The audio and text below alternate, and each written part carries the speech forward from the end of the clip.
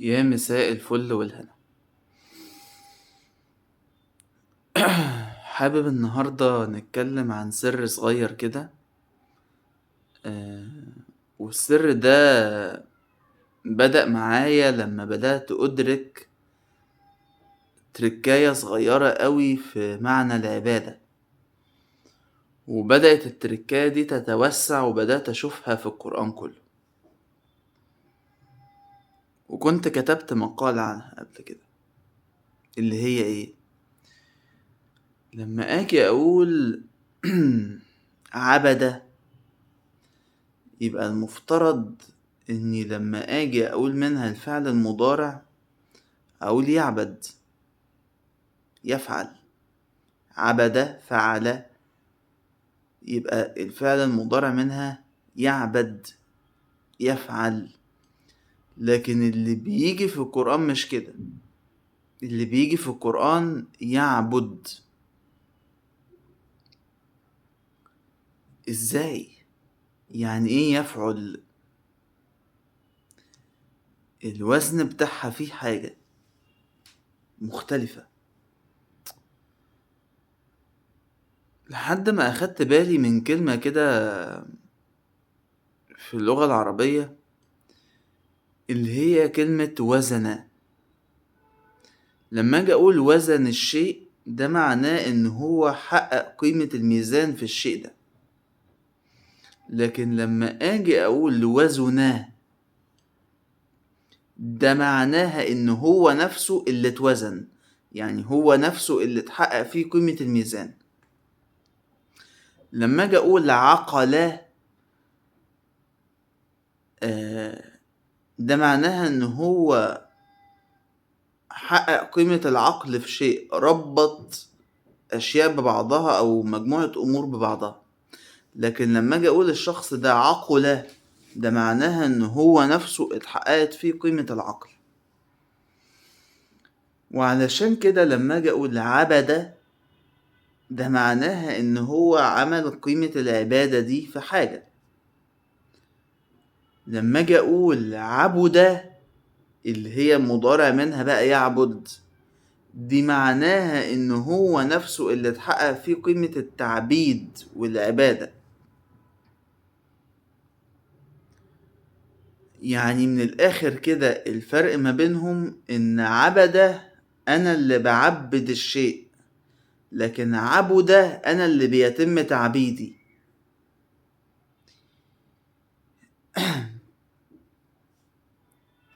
من ساعة ما أدركت التركاية دي وبدأت تتوسع معايا، وبدأت أشوفها كتير في القرآن لحد ما شفتها في فعل غريب جدا وبيعدي علينا وإحنا مش واخدين بالنا.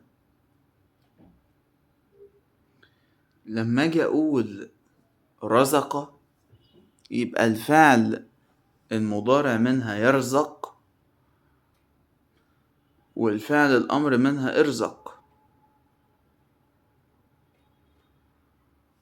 تاني، لما اجي اقول رزق، يبقى الفعل المضارع منها يرزق، والفعل الامر منها ارزق. لكن لما اجي اقول رزق، ده معناها ان هو اللي اتحقق فيه قيمة الرزق، يبقى الفعل الامر منها ارزق، والفعل المضارع منها يرزق. ايه ده؟ ده معناه ايه؟ ده معناه ايه؟ ده معناه ان لما انت بتقول ان الله يرزق من يشاء بغير حساب، مش معناها خالص انه انت بتقول انه الله هيحقق في حياتك قيمة الرزق او هيعطيك رزق. لا، امال ايه؟ ان الله يرزق دي معناها انه هو ذات نفسه هيتحول لرزق، هو ذات نفسه هيتجلى في صورة رزق. ايه ده؟ يعني ايه الكلام ده؟ وايه الفرق ما بينها وما بين ان هو يديني رزق؟ ما هي كل حاجة من تجلياته. طيب، بفرض دلوقتي انه انت بتشتغل شغلانة ما و...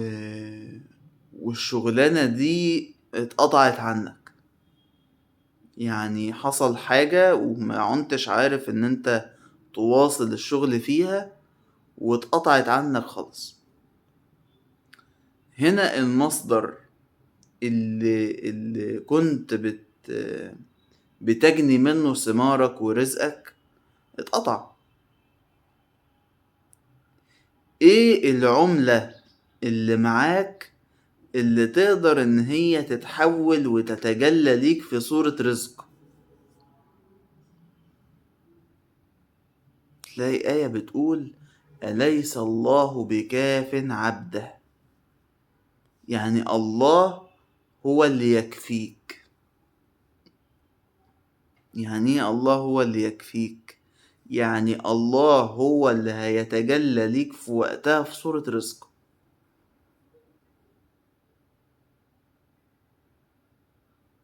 الله هو اللي هيتجلى ليك وقتها في صورة رزق. ايه ده؟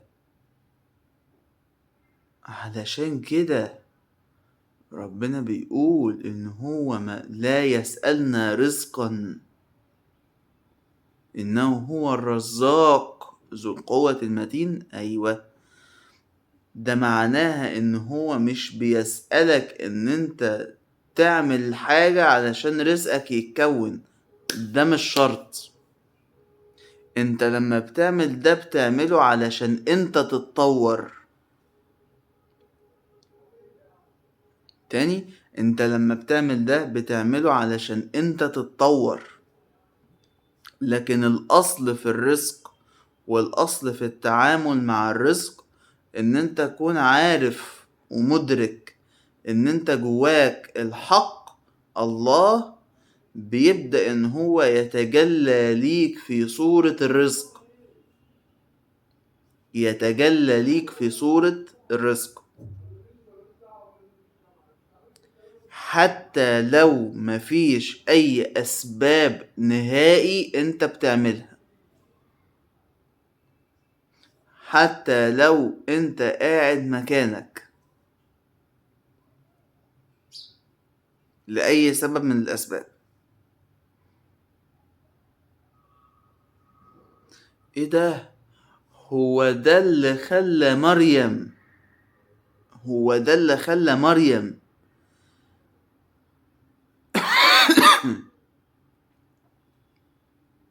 تبقى قاعدة في المحراب ويجيلها الرزق. اه، يعني لما زكريا أدرك لما الدرس فهم اللعبة دي. طب تعالى كده نشوف الرزق اللي هو اترزق بيه.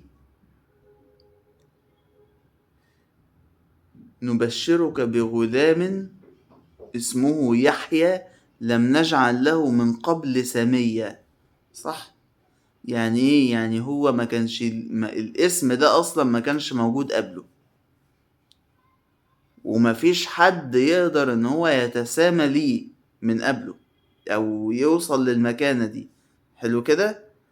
طب هو مين؟ او مش مين، هتلاقي آية تانية كده بتقول على الله هل تعلم له سمية. ايه؟ ايه؟ اه، ده انت عايز تقولي انه الله الحي تجلى لي في صورة يحيى. ايوه، الله الذي ليس له سمي تجلى لي في صورة من لم يكن له سميا من قبل.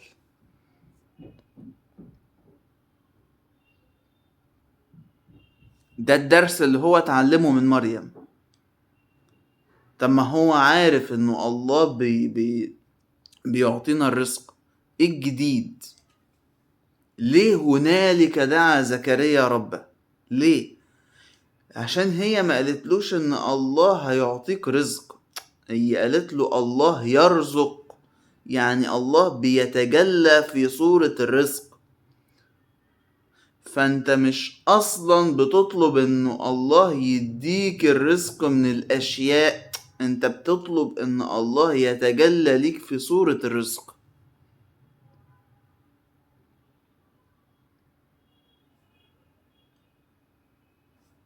وصلت؟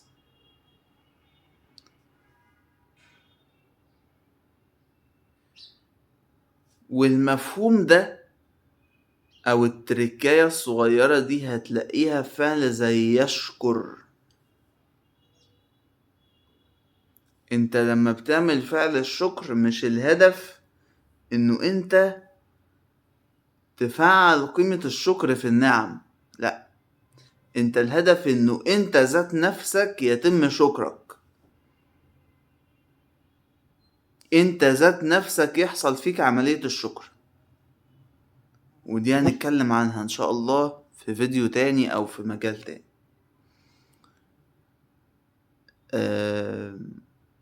ده سر بسيط كده كنت حابب ان انا اقوله لكم. خدوا بالكم منه وركزوا عليه وتعاملوا بالوعي ده، هتلاقوا تدفق في الرزق لا نهائي ان شاء الله. اشوفكم على خير، باي باي.